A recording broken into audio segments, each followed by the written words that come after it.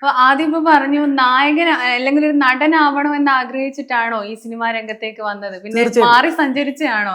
തീർച്ചയായിട്ടും ഞാൻ അൺഎക്സ്പെക്റ്റഡ് ആയിട്ട് സ്റ്റണ്ട് മാസ്റ്റർ ആയതാണ് സത്യം പറയുകയാണെങ്കിൽ. കാരണം എന്ന് പറഞ്ഞു കഴിഞ്ഞാൽ അഭിനയിക്കാൻ തന്നെയായിരുന്നു ആഗ്രഹം. അപ്പോൾ ഓരോ പടത്തിൽ അഭിനയിക്കുമ്പോൾ നമുക്ക് അറിയാലോ, ഇപ്പൊ ഞാൻ വർക്ക് ചെയ്യുന്ന സമയത്തൊക്കെ ഒരു കാറ്റഗറി ഉണ്ടായിരുന്നു. വില്ലൻ നല്ല സൈസ്, അതിനകത്തുള്ള വലിപ്പം, ഇങ്ങനെയൊക്കെ ഉള്ള ഒരു സംഭവം ഉണ്ടായിരുന്നു. നായകൻ കുറച്ചും കൂടി വേറെ ബെറ്റർ, അങ്ങനെയുള്ള ഒരു ഓപ്ഷൻ നിൽക്കുന്ന ഒരു സമയമായിരുന്നു. അപ്പൊ ഞാൻ സ്വാഭാവികമായിട്ട് ഞാൻ വരുമ്പോ എല്ലാവരും പറഞ്ഞിരുന്നു അങ്ങനെ കുറച്ച് കാറ്റഗറി വേണം എന്നുള്ളത്. അപ്പൊ ഞാൻ എന്ത് ചെയ്യുന്ന വെച്ചാൽ ആദ്യം ആർട്ട് എന്ന് പറഞ്ഞൊരു കലാരൂപമാണ് തെരഞ്ഞെടുത്തത്. ആർട്ടിലാണ് ഫസ്റ്റ് വർക്ക് ചെയ്തത്. ആർട്ട്, അതെ. അപ്പോ ഇവിടെ സ്റ്റണ്ട് യൂണിയൻ ഒന്നും വന്ന് നമ്മുടെ കേരളത്തിൽ ഉണ്ടായിരുന്നില്ല. അപ്പോ ഇല്ലാത്ത പക്ഷം ഞാനപ്പോ ചെന്നൈ യൂണിയനിൽ അന്വേഷിച്ചപ്പോ അത്യാവശ്യം നല്ലൊരു എമൗണ്ട് നമുക്ക് അതിൽ അടച്ചാൽ മാത്രമാണ് അതിൽ മെമ്പർഷിപ്പ് കിട്ടുന്നത് പറഞ്ഞു.